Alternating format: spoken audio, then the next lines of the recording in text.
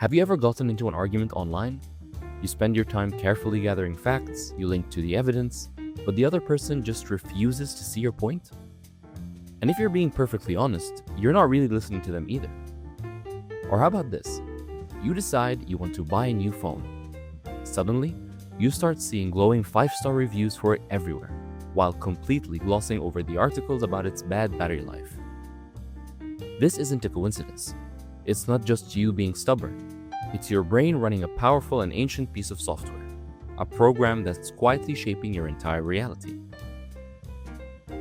This phenomenon is one of the most pervasive and influential forces in our minds, the confirmation bias. Put simply, it's our brain's subconscious tendency to search for, interpret, favor, and recall information that confirms or supports our pre-existing beliefs. It's the little voice in your head that doesn't whisper, "Is this true?" but instead whispers, "Here's more proof that I'm right." Today, we're not just going to define the confirmation bias, we're going to put it to the test with a famous psychological puzzle. We'll examine how this tiny glitch in our thinking can lead to catastrophic historical events. And most importantly, we'll uncover the practical tools you can use to fight back against it.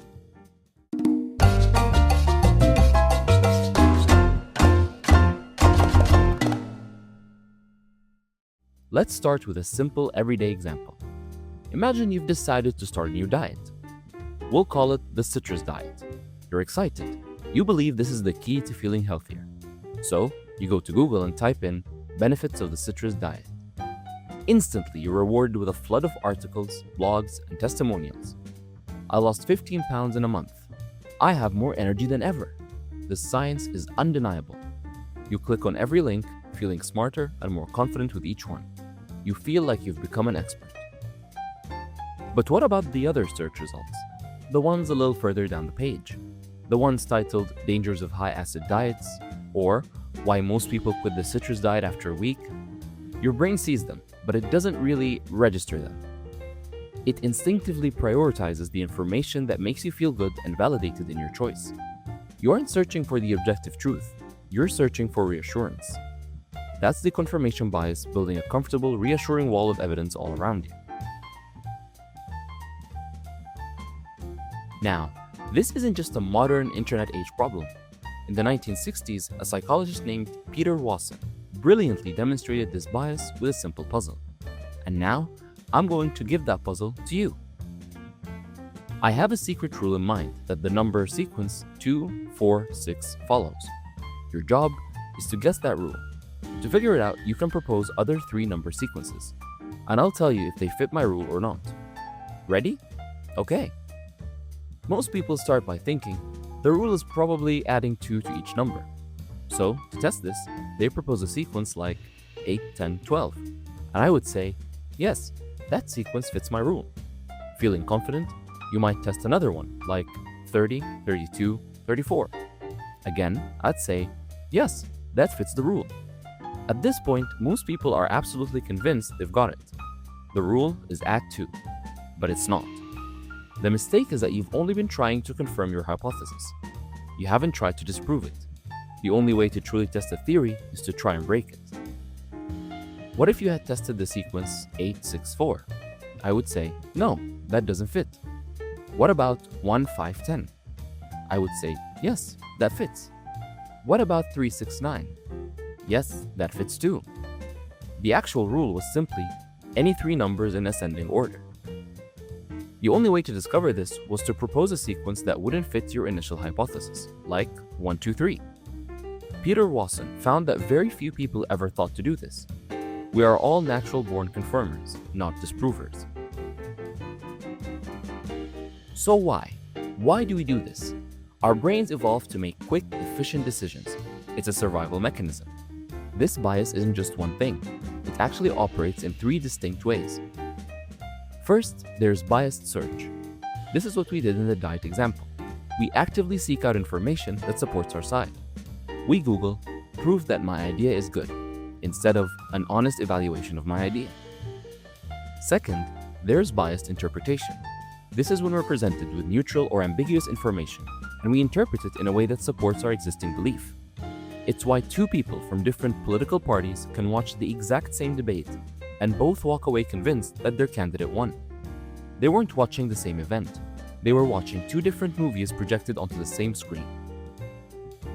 And third, there's biased memory. Our brains are sneaky.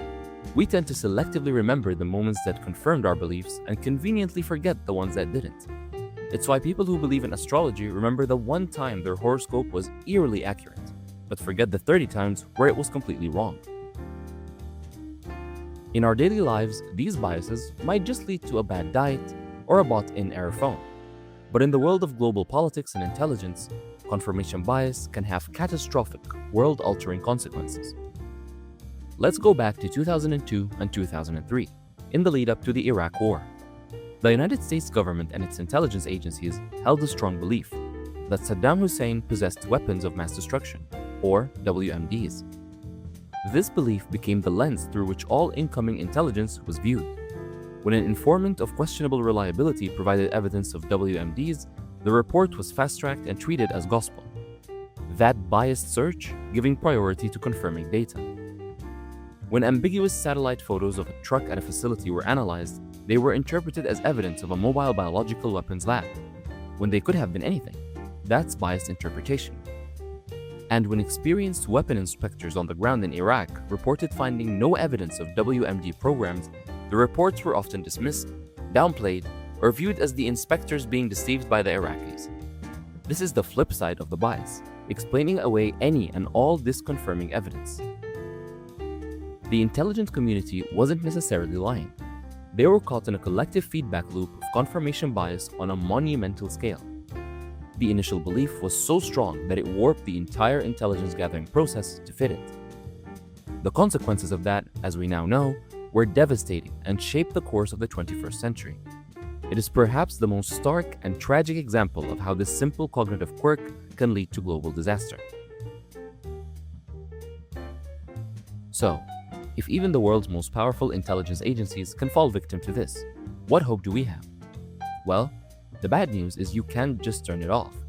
But the good news is, awareness is a superpower. Here are 3 concrete strategies you can use. First, actively seek out intelligent disagreement. We talked about Steel Manning before. Make it a habit. Before you share that article that makes you feel triumphant, spend 10 minutes reading the most intelligent counter-argument you can find. Your goal isn't to change your mind, but simply to understand the other side's strongest point. Second, separate your identity from your ideas. This is crucial. Don't say, I'm a keto person. Say, I'm currently experimenting with a keto diet. When you tie your identity to a belief, any challenge to that belief feels like a personal attack. By holding your ideas loosely, you give yourself permission to evolve and be wrong. And third, appoint a devil's advocate. In big business decisions, some teams have a person whose only job is to argue against the popular consensus. You can do this in your own life. Have a trusted friend, partner, or colleague, a bias buddy, who you can go to with a big idea. Their specific job is to challenge you and poke holes in your logic. It institutionalizes disagreement and makes it feel collaborative instead of confrontational. From the diet you choose, to the way you see the news, to the historical events that shape our world, the confirmation bias is always there, quietly trying to prove you're right. It's a flaw in our code, but it's not a life sentence. By understanding it, by challenging it, and by having the humility to search for where we might be wrong, we can begin to see the world not just as we wish it were, but as it actually is. If you found this deep dive helpful, a like on the video would be hugely appreciated. And make sure to subscribe to your biased brain so you don't miss our next exploration of the mind. And now, I really want to hear from you. Let me know in the comments, what's a topic where you know you probably had a strong confirmation bias? Thanks for watching.